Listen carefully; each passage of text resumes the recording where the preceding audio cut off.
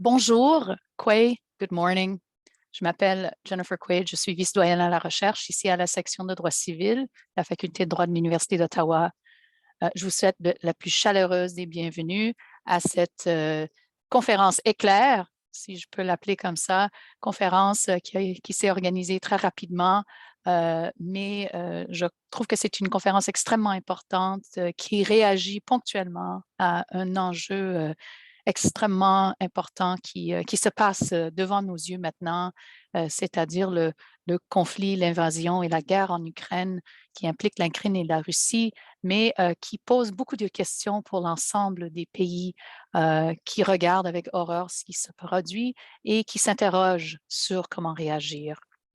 Euh, je pense que dans ce contexte, en fait, où on parle d'intégrité territoriale et de respect des peuples qui habitent sur un territoire, il est très important de rappeler que nous, ici, les territoires sur lesquels se trouve l'Université d'Ottawa se trouvent sur les terres non cédées du peuple Anishinaabe-Algonquin.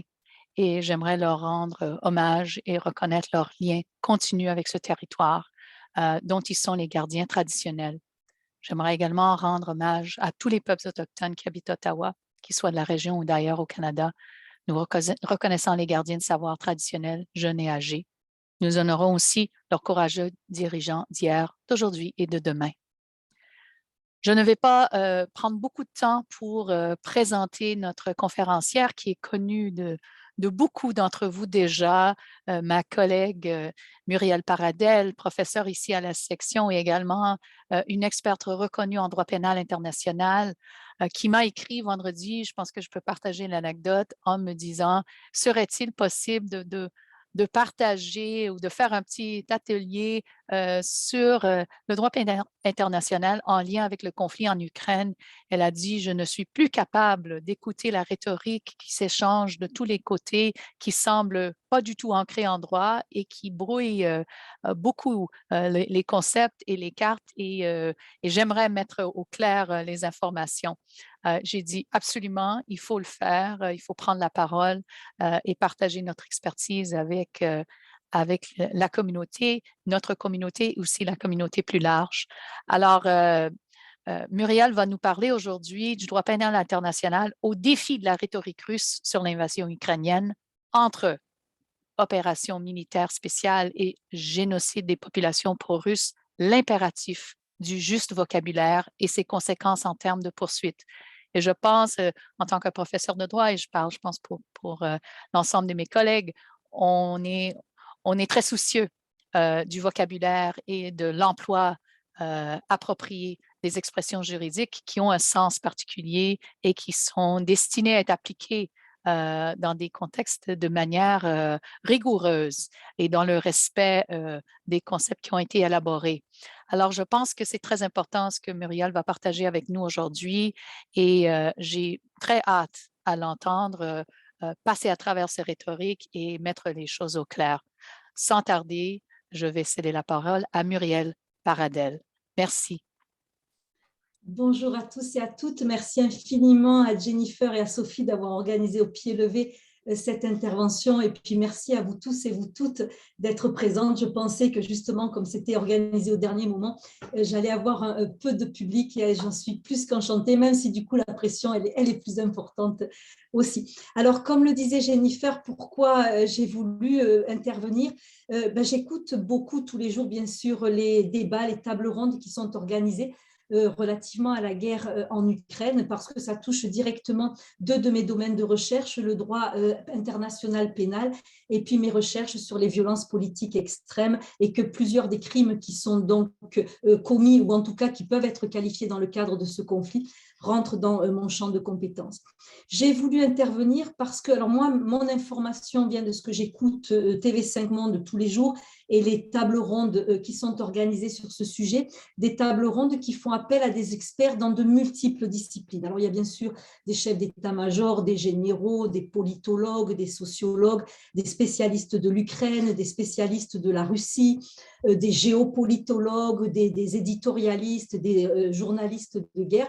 Mais j'ai été fort étonnée de voir qu'on n'entend pas de juristes sur ces sur ces tables rondes, sur ces panels.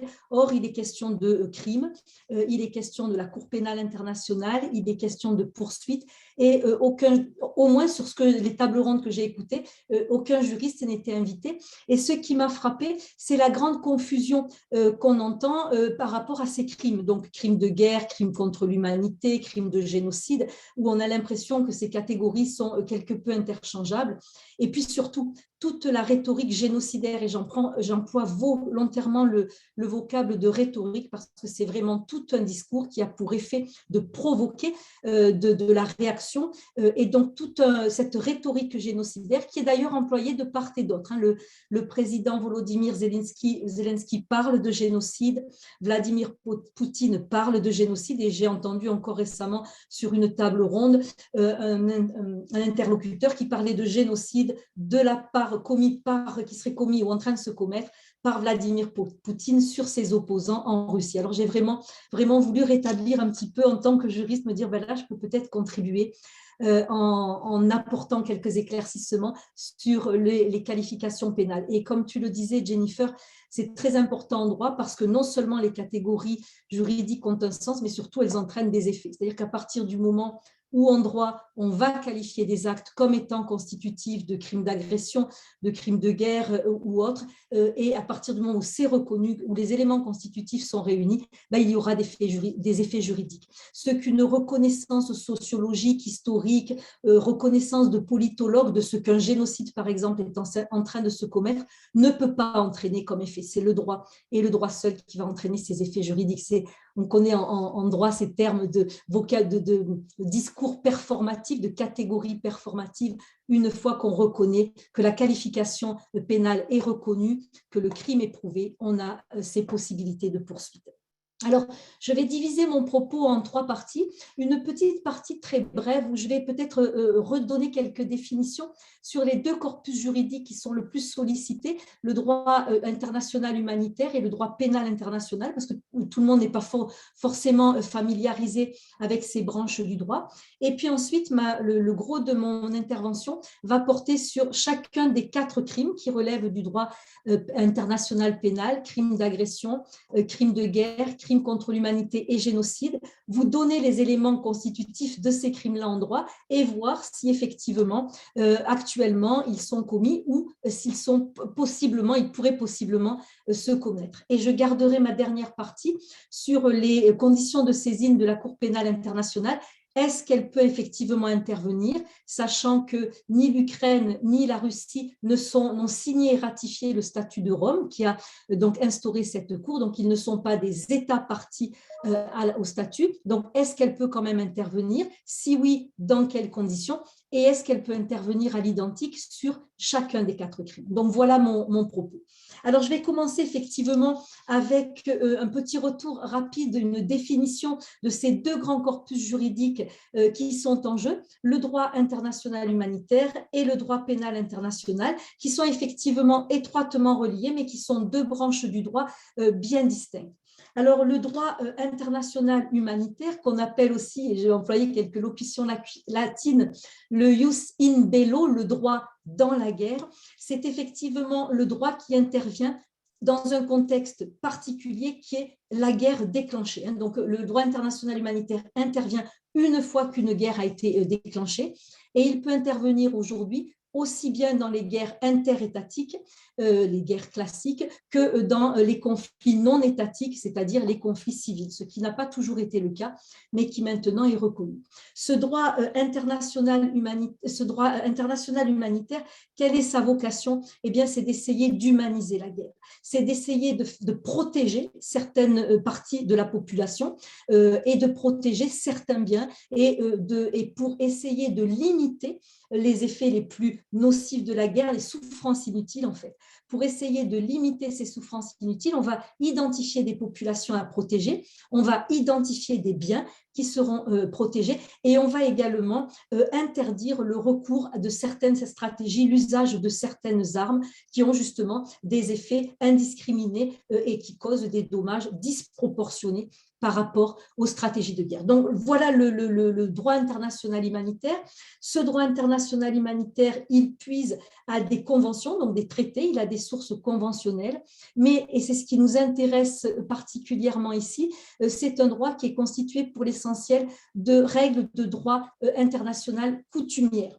Et la particularité du droit international coutumier, c'est qu'il va s'appliquer y compris à des États qui n'ont pas signé les conventions, parce qu'on considère que ce droit international coutumier, eh bien, il a pour effet de protéger les valeurs les plus essentielles, de protéger les populations les plus fragiles, et qu'il touche donc au principe, c'est la Cour internationale de justice qui le dit, ce droit international a pour but de préserver les principes intransgressibles du droit international, les principes humanitaires les plus universellement reconnus. Donc, on considère que ce droit s'applique à tous. Et sur un des plateaux, justement, des tables rondes que j'avais écoutées, j'avais entendu un intervenant qui disait « mais la Russie n'est pas concernée par les crimes de guerre parce qu'elle n'a pas signé le statut de Rome et donc elle n'est pas membre de la Cour pénale internationale ». Ben, il n'en est absolument rien. Ce droit international coutumier, il s'applique à tous. Et par ailleurs, la Russie a signé les conventions, notamment je pense aux conventions de Genève, aux protocoles additionnels et aux conventions qui constituent ce droit international conventionnel. Et en outre, ce droit international de nature coutumière s'applique à la Russie aussi. Donc non, elle n'échappe pas à ces normes. Alors, qu'en est-il du droit pénal international ou droit international pénal? On emploie souvent les deux termes l'un pour l'autre. Alors, moi, je préfère droit international pénal parce que c'est d'abord du droit international qui vient pénaliser, criminaliser des crimes qui sont internationaux. Alors, ce droit international pénal, c'est en quelque sorte le bras armé du droit international humanitaire, dans le sens où il est étroitement relié à ce droit international humanitaire. Par contre, attention, toutes les violations du droit international humanitaire ne sont pas criminalisées par le droit international pénal. Ce sont uniquement les violations les plus graves du droit international humanitaire qui vont être donc sanctionnées, et elles vont être sanctionnées dans cette catégorie de crimes pénaux internationaux qu'on qualifie également de crimes supranationaux, parce que littéralement, ce sont des crimes qui sont au-dessus des États. Ils sont tellement graves, ils sont d'une telle ampleur, d'une telle nature, d'une telle gravité qu'ils affectent l'humanité tout entière, et qu'il est donc absolument inacceptable de les laisser impunis. Et donc, on va ériger ces crimes-là en crimes pénaux internationaux. Et si vous lisez le préambule du statut de Rome, on retrouve véritablement ces termes-là de crimes qui sont parmi les plus graves. Alors, ces crimes de droit pénal international, ils sont au nombre de 4. Il s'agit du crime d'agression, dont on n'a d'ailleurs pas entendu parler en tant que crime. On a parlé d'agression, mais j'ai jamais entendu parler sur les plateaux, encore une fois, de télévision que j'écoute. J'ai jamais entendu parler du crime d'agression. Or, le crime d'agression est à part entière un crime du droit international pénal. Donc, la Cour pénale internationale, qui est compétente pour les crimes d'agression, les crimes de guerre, les crimes contre l'humanité et le crime de génocide. Et je vais reprendre chacun de ces crimes-là. Peut-être également pour vous donner la mesure de ce droit international pénal qui entend véritablement interdire l'impunité, proscrire l'impunité. Ce droit international pénal, il est régi par certains principes fondamentaux, au nombre desquels, et c'est ce qui fait la différence par exemple entre la Cour pénale internationale et la Cour internationale de justice. La Cour pénale internationale n'est compétente que pour juger des individus. Elle ne juge pas des États. Elle fonctionne donc sur le principe de l'individualité des délits et des peines. Ce sont des personnes qui vont être traduites devant elle, ce qui ne veut pas dire qu'un État ne pourrait pas être traduit en justice pour les mêmes crimes, mais il devrait être traduit alors, notamment pour la violation des conventions internationales et du droit international coutumier, mais il relèverait alors de la Cour internationale de justice qui, elle, ne poursuit que des États et pas des individus. Donc, premier principe de l'individualité des délits et des peines. Deuxième grand principe fondamental, les immunités diplomatiques ne sont pas reconnues en droit pénal international. C'est-à-dire qu'on va pouvoir poursuivre, y compris jusqu'aux postes les plus élevés de l'État, y compris les chefs d'État. Donc, on pourrait tout à fait poursuivre Vladimir Poutine et on va poursuivre ces chefs d'État, y compris lorsqu'ils sont en fonction, hein, donc y compris au moment où ils sont toujours en train de gouverner.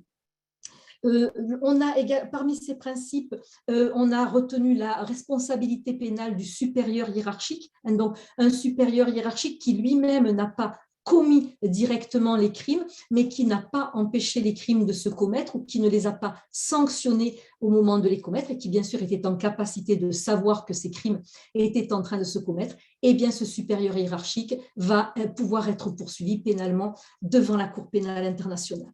Devant la Cour pénale internationale, hormis pour les crimes de guerre et sous certaines conditions, mais pour le crime de génocide et pour le crime contre l'humanité, le moyen de défense de la soumission aux ordres est inacceptable en tout temps. Sitôt qu'un crime est qualifié de crime contre l'humanité ou de génocide, on ne peut plus invoquer la soumission aux ordres parce que justement, un des critères de la soumission aux ordres, qui est que le crime, l'acte ne doit pas être manifestement illégal, eh bien là n'est pas rencontré. Le crime contre l'humanité et le génocide étant des crimes commis contre des populations civiles, l'ordre est toujours manifestement illégal.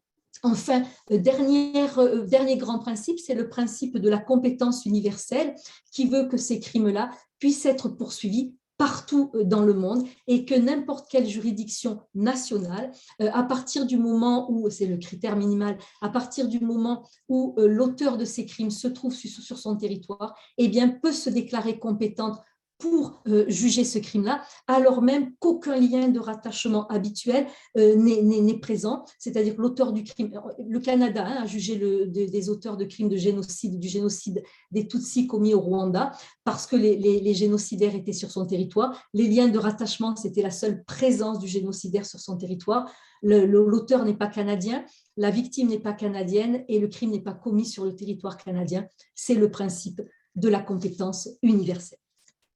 Alors, on va reprendre maintenant, puis je vais partager avec vous un PowerPoint. Ce n'est pas qu'il soit super utile, mon PowerPoint, mais des fois, ça permet de fixer certains termes, certains éléments. Et puis, il y a quelques images que j'aurais voulu vous présenter pour illustrer mon propos. Donc, je vais partager à présent mon PowerPoint.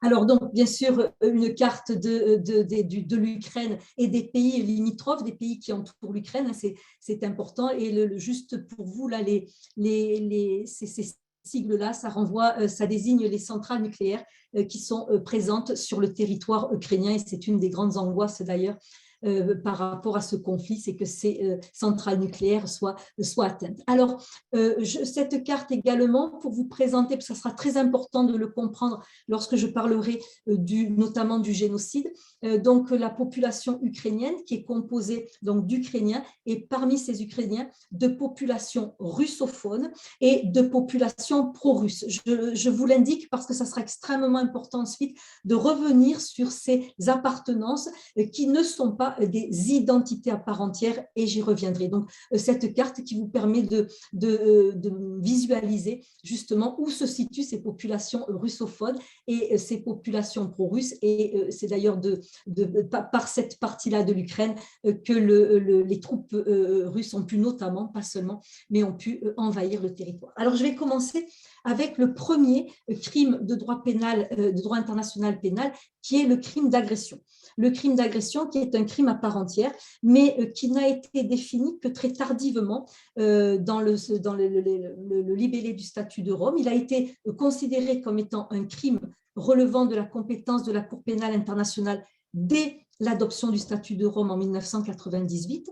Par contre, il n'a été défini qu'en 2010 lors de la conférence de révision du statut, la conférence de Kampala, parce que les États ont eu énormément de mal à s'entendre sur une définition, parce qu'on a là un crime éminemment politique, un crime, et on le verra, qui est commis par des dirigeants et bien sûr les États ne voulaient pas risquer que leur souveraineté soit atteinte en se mettant d'accord sur la définition de ce crime-là.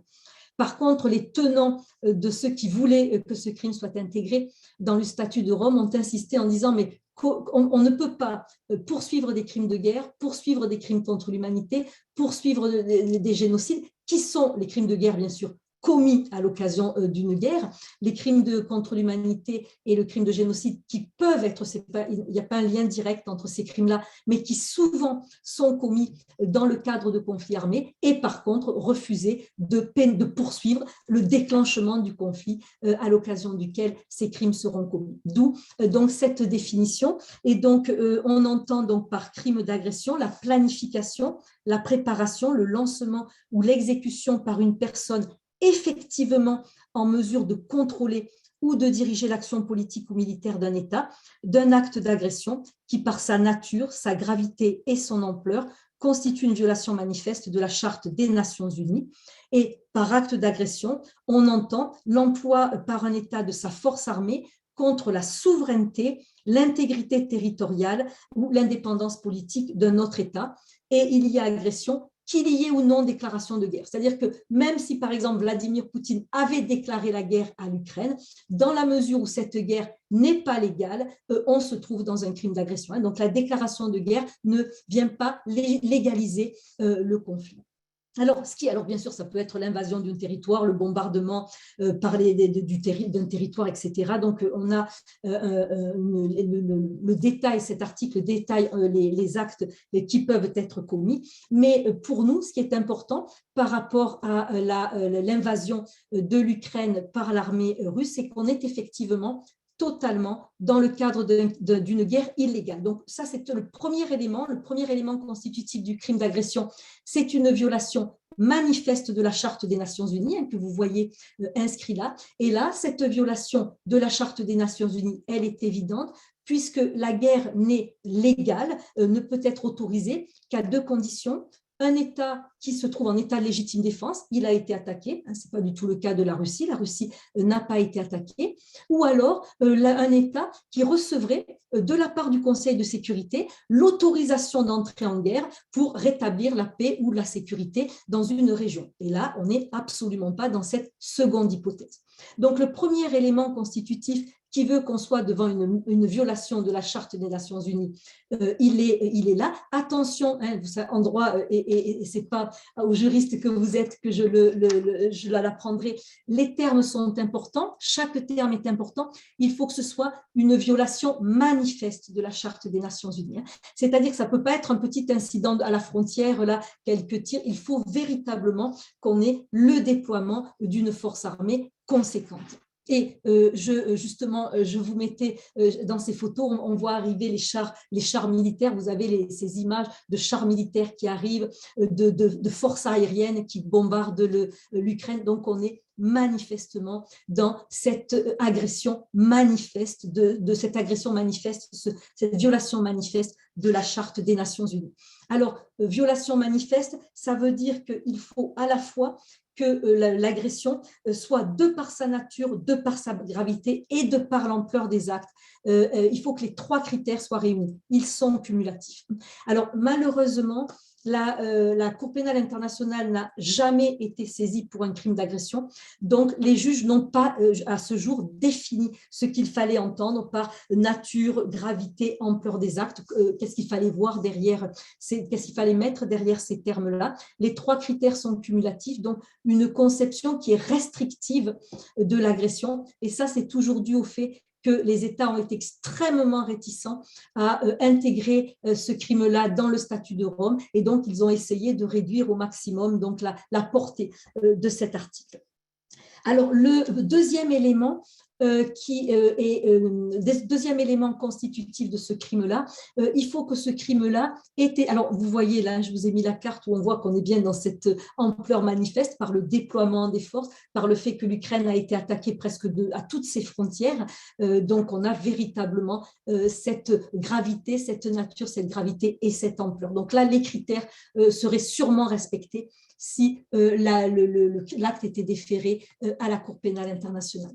Deuxième Deuxième élément important constitutif de ce crime donc doit être commis par des personnes qui sont en charge effective du contrôle. C'est-à-dire qu'on doit, c'est un crime de dirigeant, le crime d'agression, ça ne peut pas être un crime de subalterne, donc ne pourront être poursuivis devant la Cour pénale internationale que les chefs d'État, les chefs militaires, les chefs politiques, donc crime de dirigeant et un dirigeant en contrôle effectif de l'action. C'est-à-dire que ce n'est pas le grade, ce n'est pas le rang qui va être pris en compte, c'est véritablement est-ce que la personne était en mesure de déclencher, de contrôler cette agression-là. Donc c'est un crime de chef d'État. Et vous comprenez aussi pourquoi on a eu également cette réticence à intégrer ce crime-là, parce qu'on touche au plus haut sommet de l'État.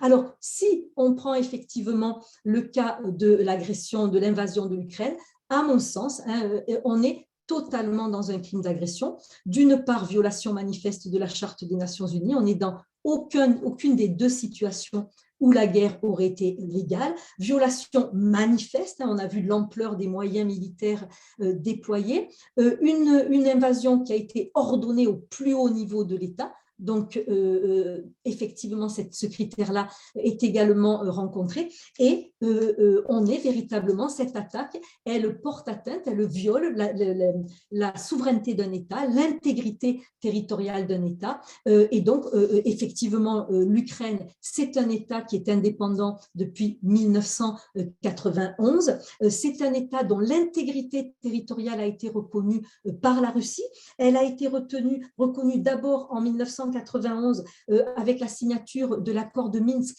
qui entérinait la dislocation de l'Union soviétique et qui donc reconnaissait les États nés de cette dislocation.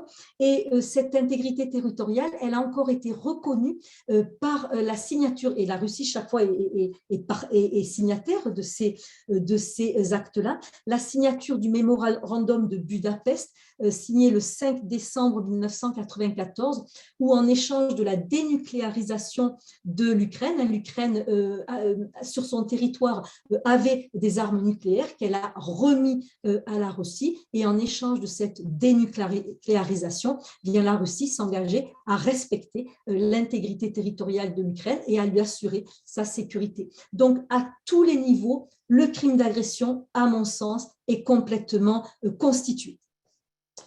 Deuxième catégorie de crimes, les crimes de guerre. Alors les crimes de guerre, ce sont les violations graves. Alors en droit pénal, en droit international pénal, par crime de guerre, on entend les violations graves du droit international humanitaire. Donc ce ne sont pas toutes les violations du droit international humanitaire qui sont constitutives de crimes de guerre, mais donc c'est le fait par exemple de causer intentionnellement de grandes souffrances ou de porter gravement atteinte à l'intégrité physique et à la santé des populations, la destruction des biens non justifiés par des nécessités militaires, bien sûr l'attaque des populations civiles, le fait d'user de certaines armes, et on aura l'occasion de voir qu'effectivement Vladimir Poutine a utilisé, l'armée russe a utilisé des armes dont l'usage est proscrit par le droit international humanitaire.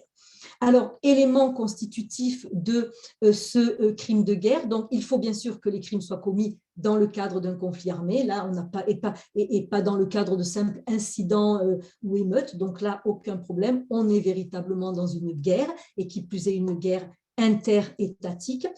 Ces crimes doivent être commis en lien, donc dans le cadre de la guerre, et ils doivent être commis en lien avec la guerre. Donc il faut véritablement qu'il y ait un lien de connexité entre le crime et la guerre. Et ces crimes donc vont être réprimés dès lors qu'ils portent, il y a trois grandes catégories de crimes, dès lors qu'ils portent atteinte aux personnes et aux biens protégés. Les personnes protégées, ce sont toutes les personnes qui ne participent pas au combat, donc la population civile, ou qui ne participent plus au combat. Ce sont les soldats qui ont déposé les armes, ce sont les soldats blessés ou prisonniers. Les biens protégés, ce sont tous les biens civils qui n'ont pas de valeur stratégique. Les méthodes de combat et les armes utilisées qui sont proscrites, ce sont donc toutes les armes de destruction massive, des stratégies comme le fait d'affamer la population, de chercher à affamer la population. Parmi les armes donc qui sont proscrites, c'est les mines antipersonnelles, c'est toutes les armes non discriminantes, c'est-à-dire que lorsqu'elles vont être utilisées, elles vont tuer sans discrimination des cibles stratégiques, des cibles militaires ou non. Et autres personnes protégées, à titre spécifique, ce sont toutes les membres des organisations humanitaires, les personnels médicaux, le personnel humanitaire, les agents de maintien de la paix. Donc, toutes ces catégories-là sont protégées. Le crime doit être commis dans le contexte d'un conflit et le crime doit être commis en lien avec le conflit. Et en lien avec le conflit, ça veut dire aussi que notamment pour la population civile, et c'est ça qui va nous intéresser dans le cadre du conflit actuel, c'est est-ce que la population civile a été ciblée en tant que telle?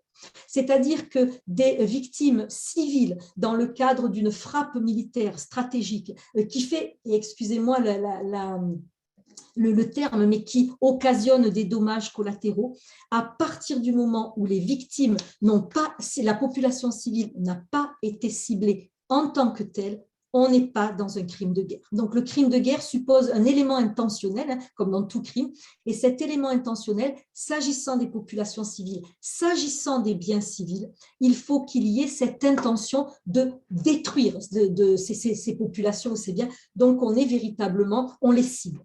Et ça, c'est au vu de la manière dont les combats se déroulent qu'on va pouvoir le déterminer. Alors, à mon sens, bien évidemment, il y a de nombreux crimes de guerre ont été commis et sont en train de se commettre en Ukraine, parce que maintenant, on se rend compte véritablement que la population civile est ciblée. Il n'y a qu'à voir Mariupol, on parle de villes martyrs, on parle de villes détruites à 80%, donc on n'est plus du tout dans les cibles militaires stratégiques qu'on essaierait d'atteindre, on n'est pas dans la bavure militaire, on est véritablement dans une population civile qui est ciblée, le but étant de vider les villes, le but étant de terroriser la population. Donc à ce niveau-là, il y a bien crime de guerre commis contre les populations civiles, commis contre les biens civils. Par ailleurs, il y a également crime de guerre. Donc là, c'était la photo qui a circulé, vous avez sûrement vu, du bombardement de la maternité de Mariupol. Alors, si la maternité avait été bombardée dans le cadre d'une cible, d'une frappe stratégique, on aurait eu à côté, par exemple, un dépôt d'armes et la maternité est frappée, on n'est pas dans le crime de guerre, on est dans le dommage collatéral de la guerre. À partir du moment où la maternité est ciblée, ou le théâtre, où on avait près d'1 millier de personnes de la population civile qui s'étaient réfugiées, à partir du moment où ces cibles-là sont voulues, là, on est dans le crime de guerre. Alors, autre crime de guerre qui peut être mis à l'actif de l'Ukraine, de l'armée ukrainienne, c'est le fait qu'elle recourt à des bombes à sous-munitions. Et ces armes sont proscrites par la Convention sur les armes à sous-munitions de 2008. Les bombes à sous-munitions, ce sont des bombes qui renferment à l'intérieur des centaines de petites bombes. On le voit bien là sur ces images, on le voit bien là aussi. Et lorsqu'elles explosent, donc elles libèrent ces charges et donc on se retrouve avec des petites bombes qui partent dans tous les sens. Et bien sûr, on est dans des dommages non discriminés, on touche absolument tout le monde. Donc, à mon sens, effectivement, il y a plusieurs crimes de guerre qui sont commis dans le cadre de ce conflit. Troisième catégorie de crimes, les crimes contre l'humanité. Alors, est-ce que l'armée russe commet des crimes contre l'humanité dans le cadre du conflit ukrainien? Et là, ma position a évolué. Pour moi, ça n'était absolument pas évident au début. Je pense même qu'au début, quand on a parlé de crimes contre l'humanité, on en a parlé à mauvais escient. Là, je continue à regarder ce qui se passe et je suis en train de me dire que peut-être potentiellement des crimes contre l'humanité pourraient être en train de se commettre. Alors, quelle est la définition du crime contre l'humanité? Alors, c'est donc une série d'actes qui sont identifiés par le statut de Rome, mais l'élément fondamental, c'est le fait que ces crimes doivent être commis dans le cadre d'une attaque généralisée ou systématique lancée contre toute population civile et en connaissance de cette attaque. Donc, ce n'est pas le simple fait que la population civile soit touchée, même que la population civile, par exemple, serait ciblée. On cible la maternité, on est totalement dans un crime de guerre, mais on n'est pas dans un crime contre l'humanité parce qu'on n'a pas une attaque générale ou systématique qui cible la population civile dans son ensemble. Donc ça, c'est vraiment l'élément déterminant du crime contre l'humanité, c'est l'élément intentionnel. Il faut que ce crime se commette dans le cadre de cette attaque. Il faut que ce crime cible la population civile de façon générale et pas juste un groupe dans tel quartier, un groupe dans donc une maternité, un théâtre. Il faut vraiment qu'on ait cette attaque générale ou systématique. Alors, le ou là est important aussi. Général, c'est une attaque de grande ampleur. Systématique, c'est le fait qu'on va constamment s'en prendre à la même population. On va répéter les actes. Donc, l'atteinte à la maternité, c'est un crime de guerre.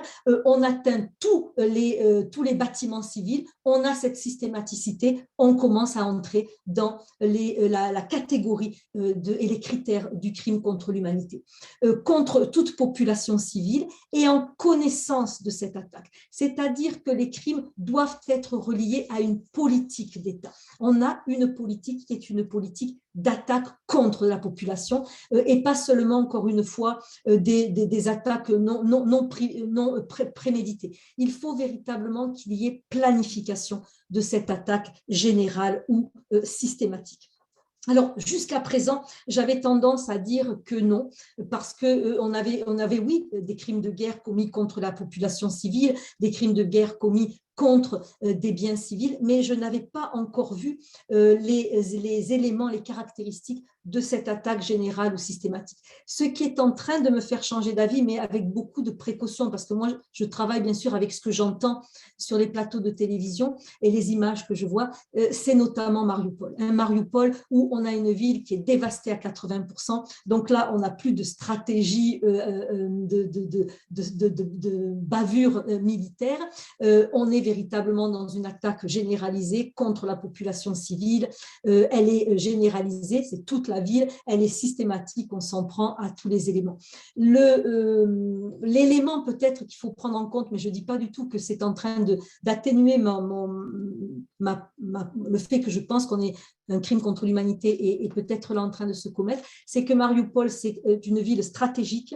On est véritablement dans un verrou qui permettrait de relier les provinces pro-russes avec Odessa. Donc, stratégiquement, ça pourrait être une cible. Donc là, il faudrait voir dans l'interprétation, il faudrait voir est-ce qu'on regarde que c'est une cible militaire fondamentale ou est-ce qu'on est véritablement, ce qui n'enlèverait pas les crimes de guerre. Les crimes de guerre sont constitués, il n'y a aucun problème. Mais est-ce que là, on peut passer dans un crime contre l'humanité et surtout, est-ce que la dévastation de Mariupol relève d'une attaque, d'un plan qui doit être prouvé. C'est-à-dire que si on ne prouve pas cette politique d'État d'une attaque générale ou systématique commis contre la population civile, le crime contre l'humanité tombe.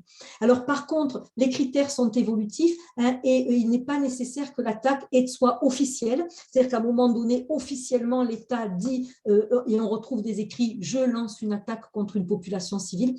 Cette attaque, elle peut être déduite d'indices et c'est ce qui me fait dire aujourd'hui qu'en fonction des indices, eh bien, on serait peut-être effectivement en présence d'un crime contre l'humanité. Dernière catégorie du droit pénal international, le génocide. Et c'est peut-être là que j'ai entendu les plus grandes confusions. Et c'est surtout au niveau du génocide qu'on a vraiment une instrumentalisation du vocabulaire, parce qu'on sait très bien que le génocide, on sait très bien que le génocide, ça renvoie immédiatement au génocide des Juifs d'Europe. On sait très bien que même si en droit international pénal, on ne hiérarchise pas les crimes, le crime de guerre n'est pas moins important que le crime contre l'humanité ou le crime de génocide. On retrouve les mêmes sanctions et la même gravité des sanctions pour chacun des crimes, c'est-à-dire ça peut aller jusqu'à l'emprisonnement à perpétuité. Il n'en demeure pas moins que le génocide est considéré comme le crime des crimes. Et il est considéré comme le crime des crimes parce que c'est en raison de la nature de ce crime-là. Le génocide, c'est le crime qui consiste à vouloir éliminer un groupe en raison de son identité. Donc, c'est un crime d'extermination, c'est un crime d'éradication. La finalité du génocide, c'est la disparition du groupe, ce qui n'est pas forcément le cas du crime contre l'humanité. Le crime contre l'humanité, on peut mener une attaque de grande ampleur, on peut vouloir terroriser une population, mais on ne cherche pas à l'éliminer. Et surtout, dans le crime contre l'humanité, on n'a pas la dimension identitaire, sauf dans le cas très particulier des persécutions, mais dans le crime contre l'humanité, c'est une population civile en général qui est ciblée. Dans le crime de génocide, ce n'est pas n'importe quelle population civile, c'est un groupe qui est ciblé en raison de son identité raciale, ethnique, nationale ou religieuse. Ça, c'est la définition de la Convention pour la prévention et la répression du génocide, et c'est la définition qui a été adoptée quasiment intégralement dans l'article 6 du statut de Rome. La loi canadienne, la loi de 2000 sur les crimes de guerre et les crimes contre l'humanité, a une définition beaucoup plus large du génocide. Elle ne cible pas uniquement l'identité nationale, ethnique, raciale ou religieuse, c'est tout groupe identifiable, mais en droit pénal international, il faut que le groupe soit identifié en raison de cette identité. Ce qui veut dire que, par exemple, en droit international pénal, les massacres au Cambodge ne sont pas un génocide. Les Cambodgiens ont été tués en raison de leur situation. C'était des populations, des personnes appartenant à une certaine classe de la population, elles n'ont pas été ciblées en raison de leur identité, et d'autant moins que le génocide au Cambodge, enfin, ce qu'on a appelé le génocide au Cambodge, mais qui en droit n'en est pas un, ce sont des Cambodgiens qui commettent les crimes contre des Cambodgiens. Donc, l'agresseur et la victime a la même identité. Donc, restrictive, cette définition restrictive, et c'est elle qui fait que justement, on ne peut pas, à mon sens, parler de génocide aujourd'hui. Ça ne veut pas dire que ça ne peut pas évoluer, mais on ne peut pas parler de génocide aujourd'hui dans le conflit ukrainien. Et la rhétorique génocidaire, elle a été invoquée à 3 occasions. Elle a été invoquée par le président Volodymyr Zelensky par rapport au peuple ukrainien. Elle a été invoquée par le président Vladimir Poutine par rapport au groupe pro-russe des républiques populaires de Donetsk et les 2 républiques populaires, le nom m'échappe, excusez-moi. Et la 3e occurrence du recours à ce vocabulaire, c'est par certains spécialistes qui parlaient de génocide de Poutine sur sa population parce qu'il a parlé d'épuration naturelle de sa population. Alors, épuration, ça renvoie à génocide, etc. Donc, je voudrais vraiment clarifier ce propos-là. Et c'est une véritable rhétorique parce que, comme je vous le disais, c'est le crime des crimes. Et sitôt qu'on parle de génocide, on va soit susciter de la répulsion, soit susciter de la compassion, de l'aide, etc. Donc, on a une instrumentalisation véritablement de ce vocabulaire. Alors, le génocide, je vous le disais, c'est un crime, et donc je vais vous donner la définition, qui est commis dans l'intention de détruire en tout ou partie un groupe national, ethnique, racial ou religieux comme tel. Et l'article 6 du statut énumère les actes génocidaires. Alors, ce qui fait que dans notre situation, on ne peut pas employer le terme de génocide, c'est d'une part lorsque on accuse Vladimir Poutine de vouloir donc de commettre un génocide sur la population ukrainienne, c'est par rapport à cet élément constitutif du crime qui est l'intention de détruire. Vladimir Poutine, il n'avait pas du tout l'intention de détruire le peuple ukrainien, et la preuve en est, c'est qu'il pensait mener une guerre éclair, ce qu'on appelle les fameux blitzkrieg, la guerre éclair en 3 jours, on arrive à contrôler l'Ukraine, on remplace le gouvernement ukrainien par un gouvernement fantoche, on se retire et la guerre est finie. Donc, il n'y avait pas du tout cette volonté de détruire les Ukrainiens en tant que peuple. Donc, à ce niveau-là, effectivement, on ne peut pas parler pour l'instant de génocide. Attention, une intention génocidaire ne peut pas être là à un moment donné du conflit et puis survenir par la suite. On l'a vu avec l'Allemagne nazie. Au départ, Hitler, il n'avait pas du tout pour but de détruire totalement les Juifs. Il a d'ailleurs ouvert ses frontières en disant au peuple, aux États alentours, mais accueillez-les. Et c'est véritablement au fur et à mesure que l'intention génocidaire s'est constituée. Donc, à ce niveau-là, pour l'instant, on ne peut pas parler de génocide de la part de Vladimir Poutine. Alors, Vladimir Poutine lui-même a parlé de génocide par rapport aux populations pro-russes qui se trouvent dans les républiques populaires dont la Russie a reconnu l'autonomie. Alors là aussi, on ne peut pas parler de génocide pour deux raisons. D'une part, parce que les morts, effectivement, et notamment les morts dans la population civile, à déplorer du côté pro-russe, ce sont des morts qui ont été occasionnées dans le cadre d'un conflit qui a opposé le gouvernement ukrainien avec les républiques indépendantistes. Donc, il n'y avait absolument pas de volonté de détruire un groupe en tant que tel par rapport à son identité. On était vraiment dans un conflit, on a eu des morts civiles, on a eu des morts militaires, on n'a pas eu plus de morts civiles que de morts militaires, et qui plus est un conflit où les indépendantistes pro-russes étaient en outre soutenus par l'armée russe. Donc, on est complètement dans le cadre d'un conflit qui occasionne des morts, bien évidemment, mais où on n'a pas cette volonté d'éliminer un groupe en raison de son identité. Par ailleurs, si on se cantonne à la définition du droit international pénal, le groupe doit être ciblé en fonction de son identité nationale, ethnique, raciale ou religieuse. Être russophone n'est pas une identité nationale, raciale, ethnique ou religieuse, c'est le fait de parler russe. Être pro-russe, ce n'est pas une identité nationale, ethnique, raciale ou religieuse, c'est le fait d'être en faveur de la Russie, de vouloir un rattachement à la Russie. Et d'ailleurs, les pro-russes sont aussi des Ukrainiens. Ils sont ukrainiens, mais pro-russes. Et par ailleurs, on a, et c'est tout le drame également de cette guerre, c'est qu'on a beaucoup de personnes dans le conflit qui sont issues de mariages mixtes où on est à moitié russe et à moitié ukrainien. Donc, on ne peut absolument pas parler de génocide. Dernière occurrence, et je finirai avec ça, celle qui concerne donc les spécialistes qui parlent des intervenants qui parlent de génocide parce que donc le président Vladimir Poutine a parlé au sein de sa population d'une épuration naturelle.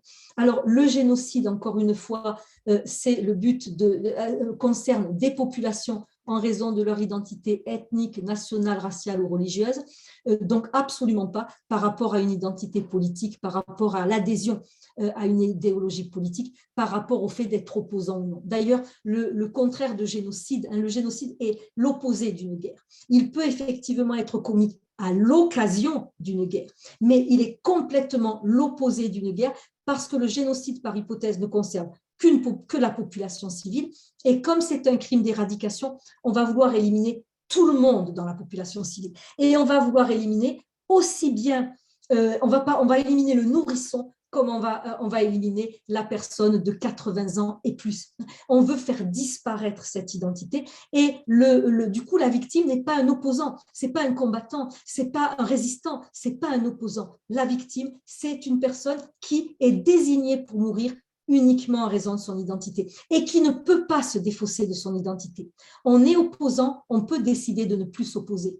On est juif, on est tutsi, on est arménien, on ne peut pas se défausser de son identité, on est condamné à mourir. Donc, Vladimir Poutine ne commet pas un génocide contre sa population, même si les actes qu'il commet sont abominables. Voilà, merci beaucoup, c'est ce qui clôture donc ma présentation.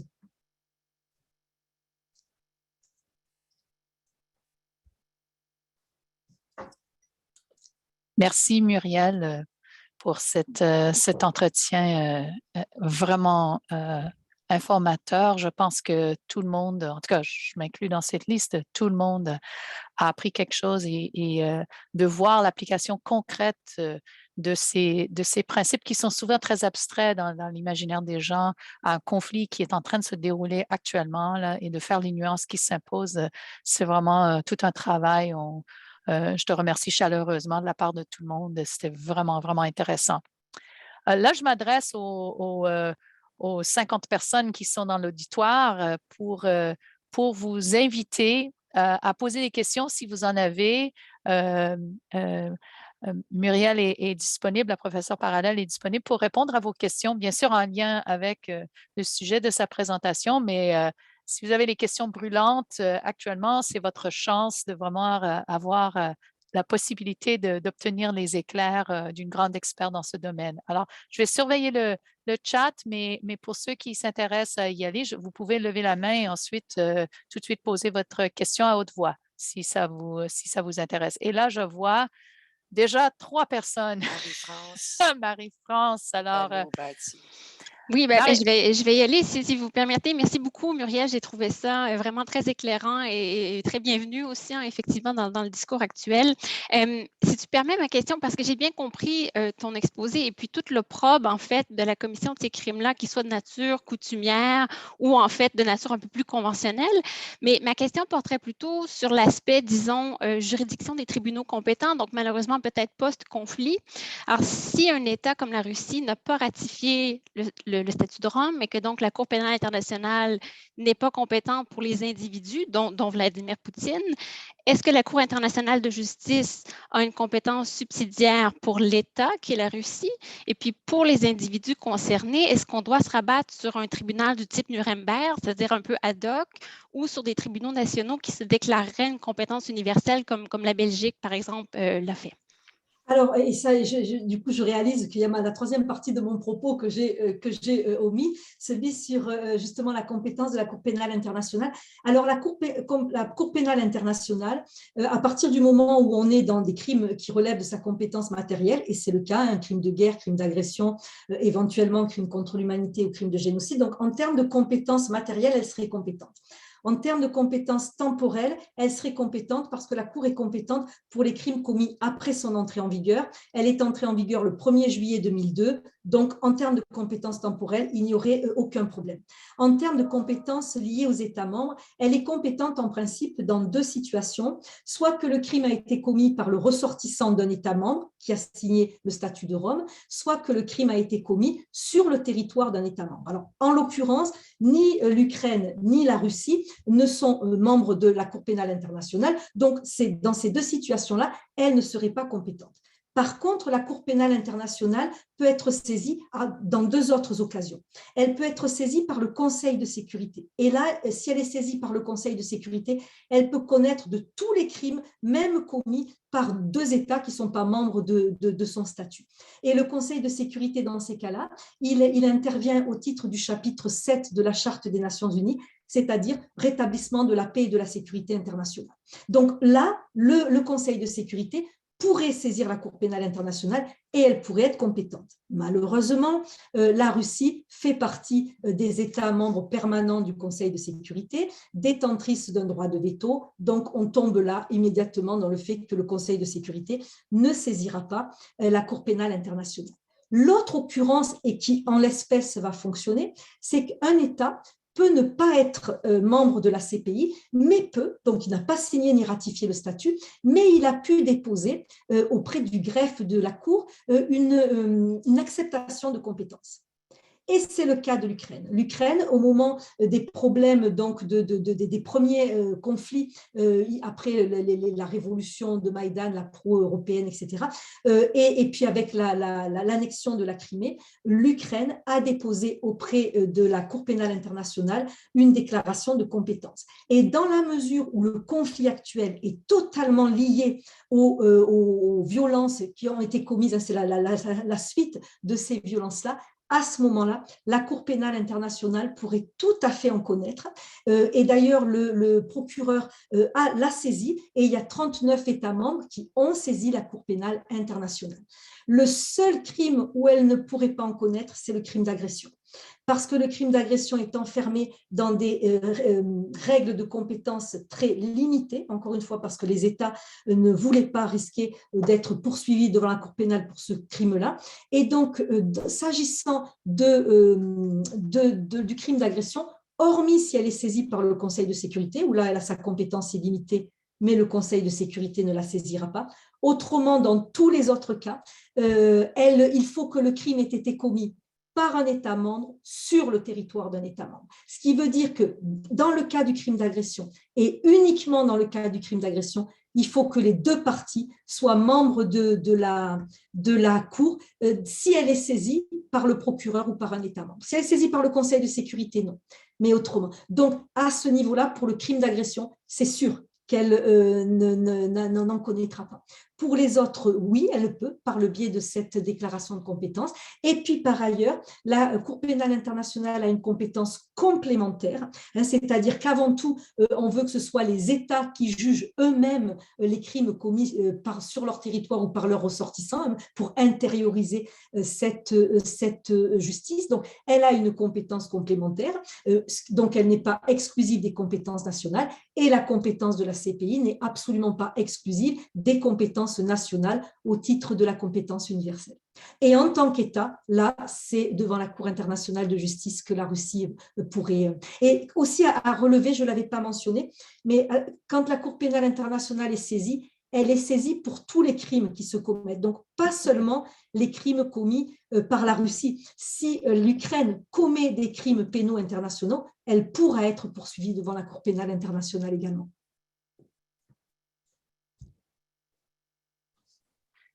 Merci. Je pense que maintenant, ça passe à Ivalo. Bon, d'abord, un énorme merci, Muriel, pour cette présentation. Je l'ai écouté avec un grand intérêt. Je ne connais pas grand-chose, ni en droit pénal, ni en droit international. Mais bon, par contre, je connais bien la propagande russe d'expérience. Donc, j'ai vécu longtemps dans un pays occupé par les Russes. Donc, j'avais 22 ans quand le mur du Berlin était tombé, et deux de ces 22 ans, j'ai passé obligatoirement dans une armée sous commandement russe, dans les faits, puis même j'ai vécu jusqu'à ma 34e année là, donc puis le communisme ne tombe pas et la dictature ne tombe pas du jour au lendemain, elle n'est pas remplacée par une démocratie du jour au lendemain. Et en plus, j'ai ce malheur du parler russe, donc je peux comprendre comment, de quelle façon arbitraire, en tout temps, pas seulement maintenant, la Russie a utilisé les termes dont vous venez de nous parler. Donc, j'ai deux questions concrètes. Bon, la première, c'est sur le terme d'agression, bon, en termes qui datent de 2010, donc qui évidemment ne rétroagit pas, donc on ne pose pas la question est-ce qu'on pourrait qualifier comme ça les invasions en Géorgie, en Abkhazie, Ossétie du Sud, ces territoires qui ont été coupés de la Géorgie. Mais ma première question est, est-ce que cette définition s'applique, bon, à mon avis, oui, mais j'aimerais entendre l'avis du Muriel. Est-ce que ça s'applique à l'annexion à la Crimée et à cette attaque contre Donetsk et Lugansk et la formation de ces États reconnus par la Russie comme les républiques de Donetsk et de Lugansk? Et ma deuxième question concerne, Muriel, le mémorandum du Budapest du 94, du mémoire du décembre 94 dont vous avez parlé. Est-ce que je me souviens, c'était quelque part les articles 2 et 5, parce que, bon, à part la Russie et l'Ukraine, il y a deux autres États signataires qui sont les États-Unis et la Grande-Bretagne. Donc, et là, comme vous l'avez dit, en vertu de ce mémorandum, l'Ukraine a accepté de se départir de ses armes nucléaires. Donc, le monstre a dégriffé le chat avant de l'attaquer. Bon, mais les textes, là, l'Angleterre, la Grande-Bretagne, les États-Unis et la Russie s'engagent premièrement à ne pas agresser l'Ukraine et deuxièmement à défendre l'Ukraine en cas où elle est attaquée par une attaque nucléaire, par des armes nucléaires. Bon, est-ce que c'est une guerre nucléaire maintenant? La Russie n'utilise pas encore des armes nucléaires, mais d'un autre côté, il y avait des bombardements, puis il y avait des tirs autour des centrales nucléaires du Tchernobyl et du Zaporozhye. Même il y avait un incendie provoqué par les bombardements à Zaporozhye. Donc, j'aimerais savoir, bon, à quel point la formulation de ces articles 2 et 5 me semble un peu vague, puis à quel point, bon, on n'est pas peut-être encore dans cette hypothèse, mais à quel point ce mémorandum est obligatoire pour les États-Unis et pour la Grande-Bretagne. Donc, merci beaucoup, Muriel. Alors, je ne vais pas pouvoir répondre de façon précise à tout parce que je ne connais pas assez, notamment, je connais pas j'ai pas lu le texte du mémorandum de Budapest. Donc, par rapport au mémorandum de Budapest, c'est effectivement dénucléarisation de l'Ukraine. Il y a eu aussi le Kazakhstan et un autre État aussi. Il y a eu 3 mémorandums qui ont été signés, effectivement, contresignés par les États-Unis et la Grande-Bretagne. C'est un mémorandum où la Russie reconnaissait l'intégrité territoriale de l'Ukraine et s'engageait à ne pas l'attaquer. Donc, on voit ce que le papier a donné sur le terrain. Par contre, encore une fois, je ne le connais pas bien, mais c'est par rapport à la dénucléarisation. On n'est absolument pas dans une guerre nucléaire. Il peut y avoir des menaces. On peut jouer sur la menace nucléaire, mais on n'est absolument pas dans une guerre nucléaire. Donc, il n'y a pas à ce niveau-là d'engagement des États-Unis. De ce que je ne connais pas le mémorandum, mais à vous écouter, à t'écouter, Ivailo, donc de ce que je comprends, c'est qu'on n'est pas du tout dans le cas où les États-Unis ou le Royaume-Uni devraient pouvoir intervenir.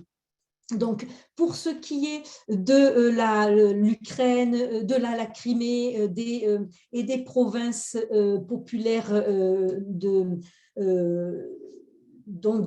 Vladimir Poutine a reconnu l'autonomie, il y a eu des conflits qui ont démarré dès après les révolutions, l'Euromaïdan et Maïdan, donc des révolutions ukrainiennes en faveur du rapprochement de l'Ukraine de l'Europe et la guerre du Donbass a démarré à partir de là, c'est-à-dire les pro-russes qui voulaient être rattachés à la Russie et qui ne voulaient pas être rattachés à l'Europe, et notamment la demande du président Volodymyr Zelensky d'intégrer l'OTAN et d'intégrer l'Union européenne.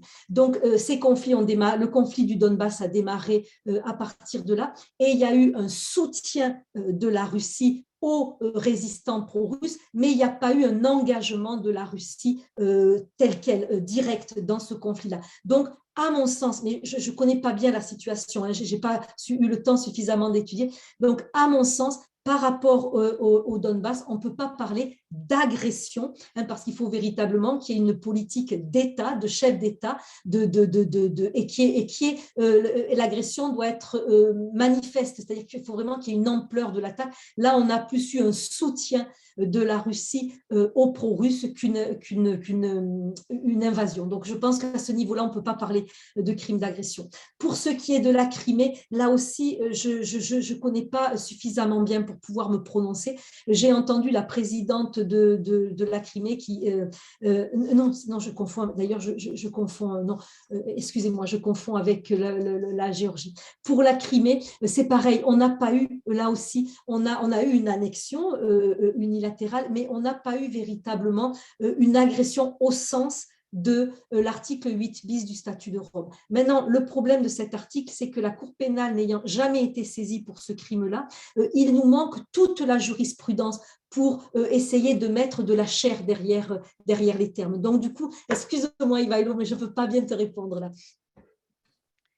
Merci, Muriel. Avant de laisser M. Munia poser sa question, j'aimerais juste te signaler qu'il y a 2 questions dans le chat qui portent sur un sujet semblable, c'est-à-dire les 2 questions portent sur la même question. C'est en quoi la participation des civils ukrainiens dans le conflit, c'est-à-dire de prendre des armes et de participer dans des conflits ou des activités à caractère militaire, en quoi ça change l'appréciation des circonstances, notamment par rapport aux crimes que tu as décrits? Ça, c'est une excellente question, évidemment, et fondamentale. Alors, dans la mesure où le président Zelensky a déclaré la mobilisation générale, on a là notamment toute la population masculine de 16 à 60 ans qui est incorporée obligatoirement et qui fait donc partie des forces armées. Donc là, à ce niveau-là, ils ne font plus partie de la population civile, ils font partie de tous ceux qui ont répondu, là, qui se sont engagés, ils font partie des forces armées. On a également des forces territoriales, mais qui relèvent également qui sont chapeautées qui sont qui rendent des comptes au gouvernement. Donc là aussi, on n'est plus dans une population civile, on a vraiment une population qui a pris les armes. Par contre, ça ne veut pas dire que le fait de prendre les armes et de défendre son pays ou de défendre sa famille fait qu'automatiquement, on sort de la catégorie de la population civile pour entrer dans la catégorie des combattants et donc relever du droit international humanitaire et ne plus, et notamment au niveau de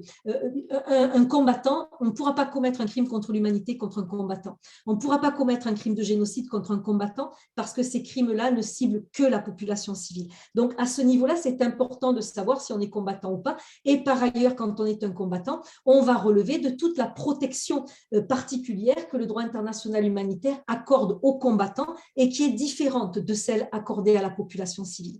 Alors, le fait de prendre les armes, de résister, mais sans qu'on, même en s'organisant vaguement, mais sans qu'on relève du gouvernement, le simple fait de résister ne vous retire pas de la catégorie de la population civile.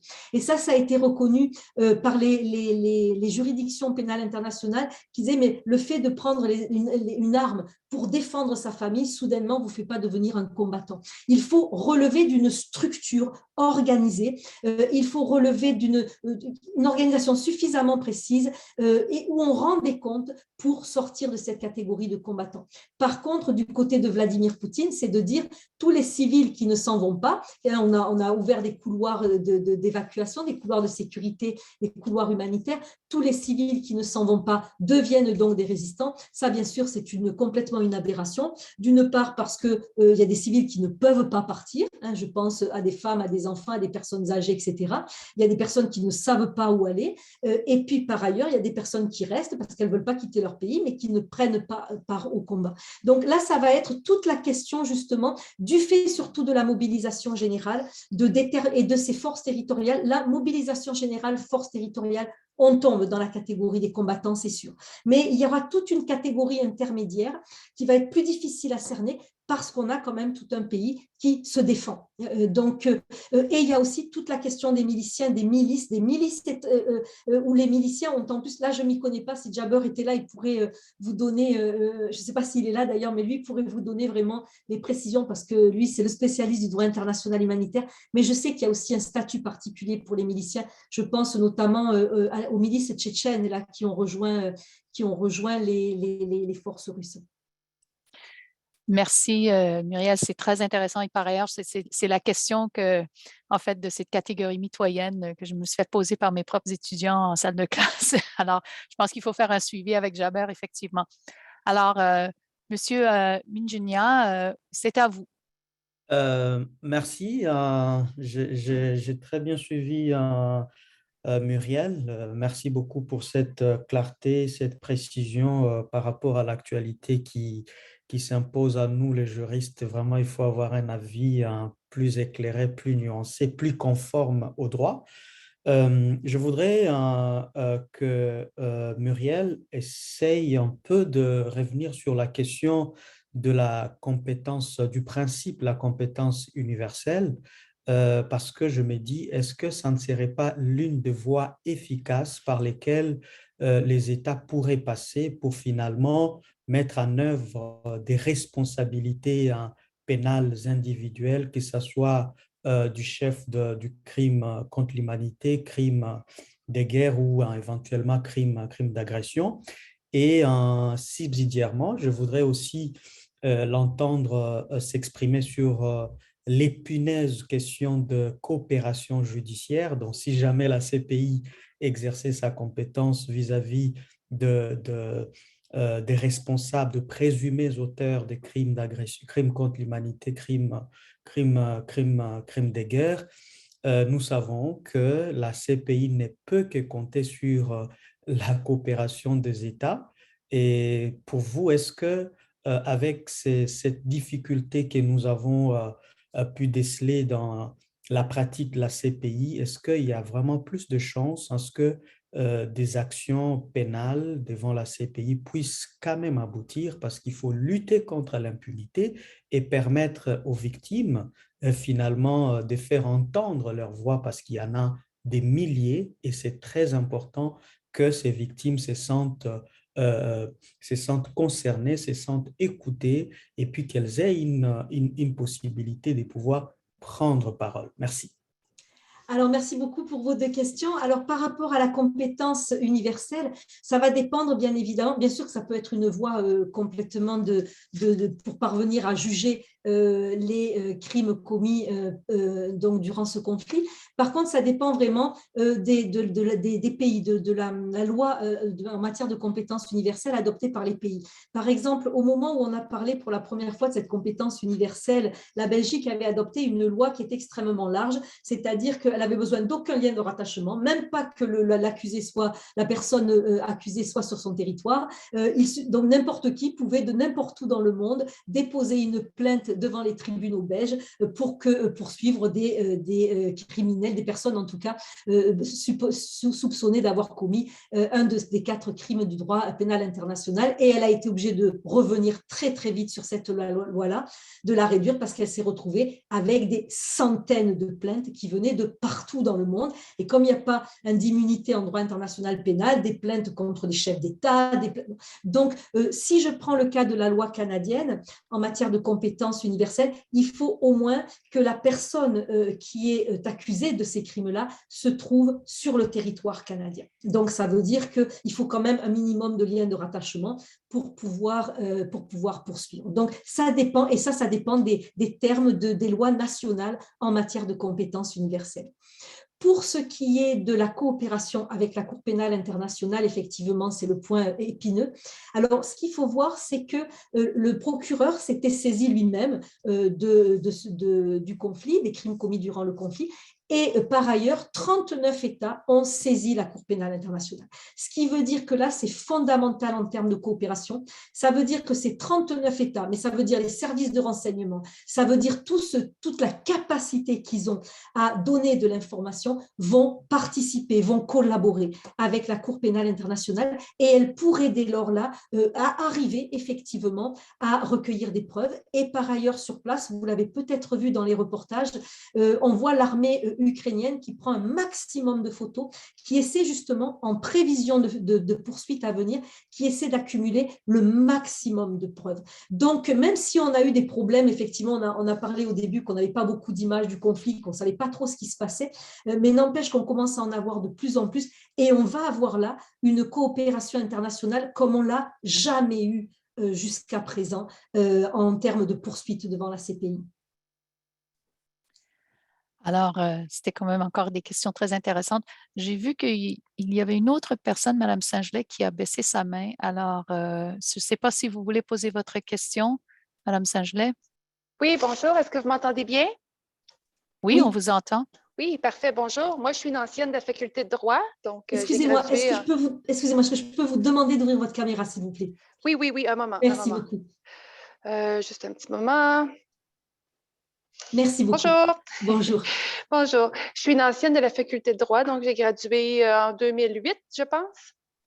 Donc, j'ai suivi votre présentation avec beaucoup d'intérêt.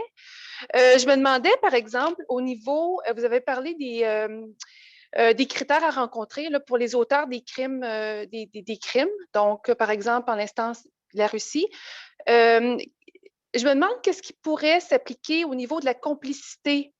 Je pensais à la Chine, par exemple, si la Chine devait fournir du matériel permettant à la Russie de continuer ses attaques ou ses agressions, quels sont les principes qui s'appliquent là, pour des potentiels complices?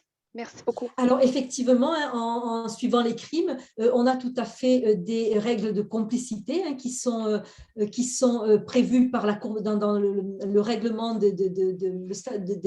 les éléments de preuve de la Cour. On a effectivement des règles en matière de complicité. Alors, est-ce que la fourniture d'armes est considérée comme de la complicité dans ce cadre-là? Il faudrait que je revienne vraiment sur toute la procédure devant la Cour pénale internationale. Mais il est certain que la complicité est prévue. Elle est prévue pas pour tous les crimes pénaux internationaux, mais elle est prévue en matière de génocide. Elle est prévue en matière de crimes contre l'humanité. elle est prévue en matière, oui, je crois que c'est en matière de crime d'agression qu'elle est peut-être pas prévue. Ça, j'avoue qu'il faudrait que je revoie. Mais excusez-moi, là, je ne vais pas pouvoir répondre de façon détaillée parce que je n'ai pas pris le temps de revoir les règles en la matière, mais c'est sûr qu'il y a des éléments de complicité. Et la question qui se pose aussi est plus peut-être sur laquelle je me suis penchée parce que je pensais que cette question pouvait venir, c'était celle de la co-belligérance, hein, parce qu'avec le fait de fournir des armes, notamment les pays européens qui fournissent des armes à l'Ukraine, est-ce que où s'arrête la fourniture, où commence la co-belligérance? Et là, on n'est pas dans de la co-belligérance pour l'instant, parce que si la fourniture d'armes suffisait, et co-belligérance étant différent de complicité, c'est-à-dire que la fourniture d'armes pourrait être de la complicité dans certains crimes et ne ferait pas de l'État qui fournit des armes un co-belligérant. Et vraiment, je vais, excusez-moi de ne pas avoir pris le temps de revenir sur ces dispositions-là, mais la fourniture d'armes n'est pas considérée comme de la co-belligérance, parce qu'autrement, avec le marché des armes dans le monde, tous les pays seraient co-belligérants, tous les fournisseurs d'armes seraient co-belligérants de tous les conflits dans le monde. La co-belligérance, elle va intervenir lorsque vous commencez à aider dans les stratégies. Donc, oui, certainement qu'il pourrait y avoir de la complicité, mais là, il faudrait que je revienne. Vraiment, je suis désolée. Non, il n'y a aucun problème. Votre présentation était fascinante et très intéressante. Merci beaucoup. Comme je l'ai monté en 2 jours sur le week-end, j'ai essayé de revoir le maximum de choses. Et par ailleurs, j'enseigne le cours de droit pénal, de droit international pénal depuis 2 ans. Mais moi, je travaillais plus sous l'aspect, tout ce qui est sociologie de ces crimes-là. Donc, ça reste encore un droit qui est extrêmement complexe et ça reste encore un droit auquel je m'initie, hein, très honnêtement. Merci beaucoup. Bon, alors, nous sommes, merci pour cette question. Nous sommes sur le bord de 12h50, mais je veux donner la parole à Madame Agougou, qui est une étudiante chez nous, en fait, présidente de l'Association des étudiants ici à la faculté. Mais avant de lui laisser la parole, je suis consciente du fait qu'il y a des gens qui doivent partir parce qu'ils doivent se rendre pour donner des cours ou assister à des cours à 13h. Alors, pour ceux qui doivent partir, je comprends tout à fait que vous devez partir et on est très content que vous avez pu se joindre à nous. Et en votre nom et en le mien, je veux remercier encore Muriel Paradel de nous avoir fait part de son expertise. Mais je vais quand même laisser un peu de temps pour Mme Agougou de poser sa question et on dispose en fait d'un peu plus de temps si jamais, mais merci à tous ceux qui doivent partir maintenant. Merci beaucoup, Mme Quaid. Tout d'abord, je tenais à prendre le temps, professeur Paradel, de vous remercier là, pour cette présentation, surtout pour la sensibilité que vous avez pour la cause. Personnellement, ma mère, elle est d'origine ukrainienne. Elle est née à Mariupol. Elle a grandi là-bas. Donc, je trouve que c'est très important d'aborder le sujet là, avec une certaine sensibilité qu'on parfois on ne trouve pas dans les médias. Donc, ça, je dois vous lever le chapeau là, pour toute votre expertise. Ma question, elle concerne un peu moins ce qu'on parle des cours, mais un peu plus, j'aimerais ça un peu plus revenir avec vous sur le concept de génocide en général. Comme on a vu dans l'histoire, le nationalisme ukrainien, ça a toujours été une problématique pour Moscou. On a vu ça dans l'URSS avec le Holodomor, mais même en ce moment avec Poutine. Et quelques jours avant d'avoir fait l'invasion, Poutine a fait un speech d'environ 2 heures.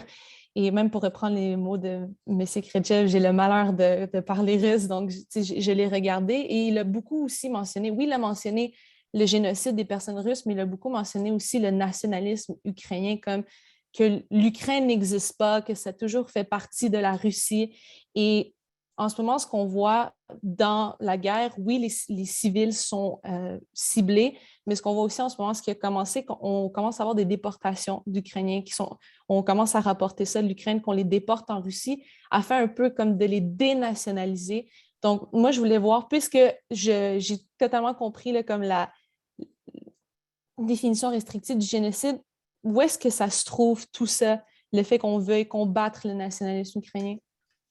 Alors, combattre le nationalisme, c'est combattre une idéologie, c'est combattre une position politique. Donc, être nationaliste, c'est pas l'identité ukrainienne. Tous les Ukrainiens sont quoi que l'on voit à quel point ils défendent leur nation. Mais lorsque Vladimir Poutine parle de nationalisme ukrainien, il fait beaucoup référence à l'extrémisme, aux nationalistes extrémistes, les fameux nazis dont il parle, la dénazification de l'Ukraine. Et donc ça, c'est une position politique, c'est pas une identité au regard du droit international pénal.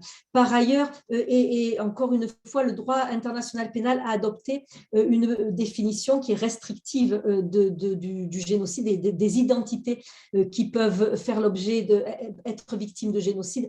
D'autres droits, comme le droit canadien, par exemple, a adopté une définition beaucoup plus large. Donc, il suffirait qu'en tant que groupe, vous soyez ciblé, un groupe identifiable, et on pourrait commettre contre vous un génocide. Donc, bien évidemment, le discours de Poutine par rapport... C'est vrai qu'il y a des groupes extrémistes en Ukraine, c'est certain. Et d'ailleurs, cette guerre-là va les alimenter, parce que c'est vrai qu'il y a des groupes extrémistes en Ukraine. Maintenant, le président Zelensky, il est juif, donc aller dire qu'on est vraiment dans un gouvernement nazi et reprendre tout. Et là aussi, c'est toute une rhétorique qu'on reprend, parce que c'est une rhétorique qui est associée à des images extrêmement fortes encore aujourd'hui, et donc qui vont susciter soit de la répulsion, soit en tout cas de la réaction.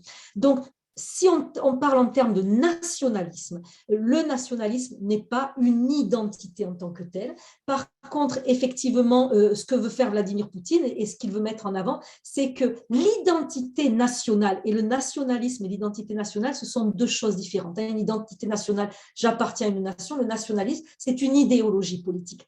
Ce que veut faire Poutine, c'est de dire qu'il n'y a pas d'identité nationale ukrainienne. On est tous des Russes et donc on doit tous faire partie du même pays. Et en niant l'identité nationale ukrainienne, ce qu'il est en train de nier aussi, c'est l'État ukrainien. Et donc finalement, c'est le même territoire, c'est le même État. Donc il n'y a même pas de guerre, il n'y a même pas d'agression. En tout cas, il n'y a pas de crime d'agression. Il pourrait y avoir un conflit civil, mais on n'a pas cette agression où on porte atteinte à l'intégrité, à la souveraineté d'un État. Donc bien sûr, tout son discours va dans ce sens-là.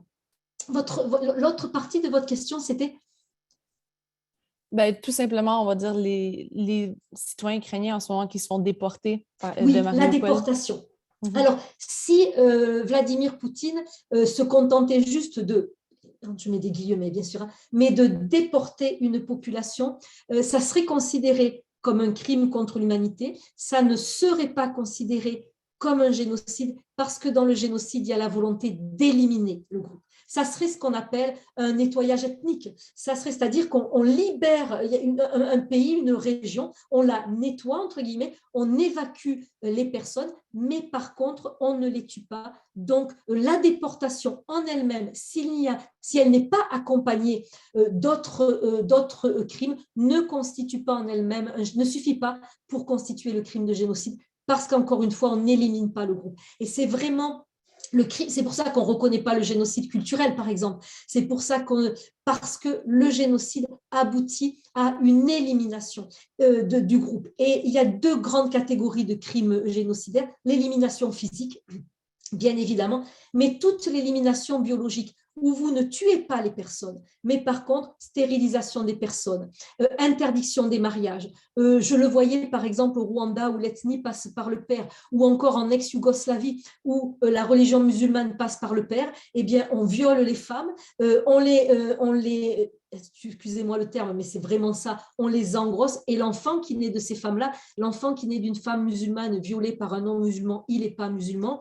L'enfant qui naît chez les Tutsis d'un père Hutu, il est Hutu, et on est en train d'éliminer le groupe dans le futur. Le génocide, c'est soit une élimination immédiate, soit une élimination pour l'avenir. Mais à terme, l'identité disparaît. Donc la déportation en elle-même, s'il n'y avait que la déportation, ne peut suffire à qualifier ces crimes de génocidaires. Merci beaucoup.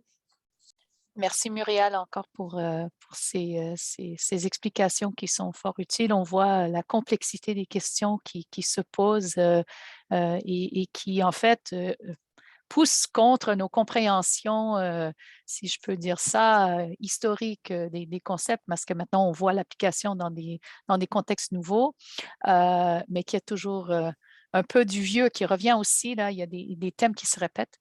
Je vais donner le mot de la fin à Ivalo. Je pense qu'il faut garder ça bref parce que sinon, on va perdre notre histoire. Alors, Ivalo, le mot de la fin et ensuite, on terminera.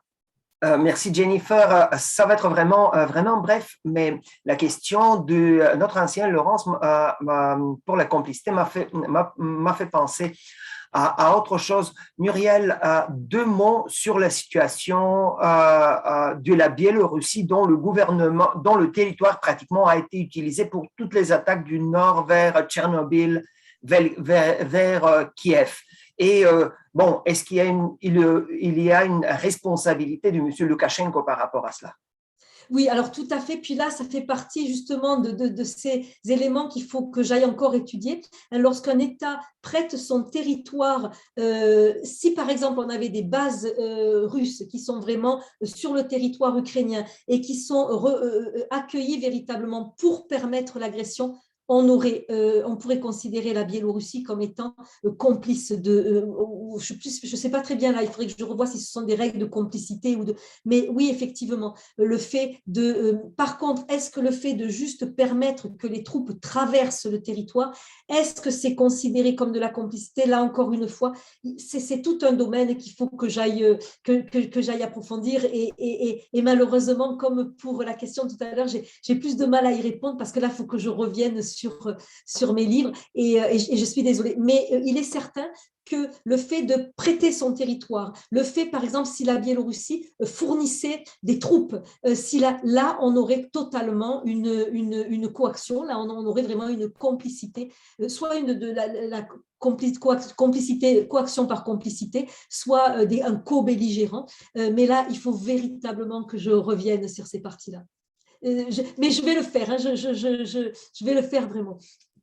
On attend avec impatience, Muriel, la prise 2 ou peut-être la conférence d'une journée ou de 2 avec Jabber et d'autres qui voudraient commenter. Il y a beaucoup de matière à explorer, mais je pense que l'important à retenir, si je peux mettre un petit mot pour les étudiants, c'est l'importance de vraiment valider les faits avant de se prononcer sur des questions juridiques et que c'est très important, en fait, cette dimension factuelle, de faire ses recherches et avant de se prononcer. Et je remercie chaleureusement Muriel de nous avoir fait part de ces analyses très rigoureuses de la situation et on a bien hâte de partager cette présentation avec notre public et notre communauté.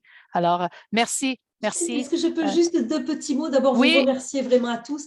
Il n'y a rien de tel qu'une présentation pour voir aussi les limites de ces connaissances et de ce que je vais devoir encore aller explorer. Et comme tu le dis très bien, je crois que c'est fondamental, toujours garder la nuance, extrêmement important pour avoir une analyse fine des choses. Merci infiniment et je vais vraiment continuer mes recherches là de façon approfondie pour pouvoir répondre à ces questions sur la complicité une autre fois. Merci infiniment. Merci Muriel.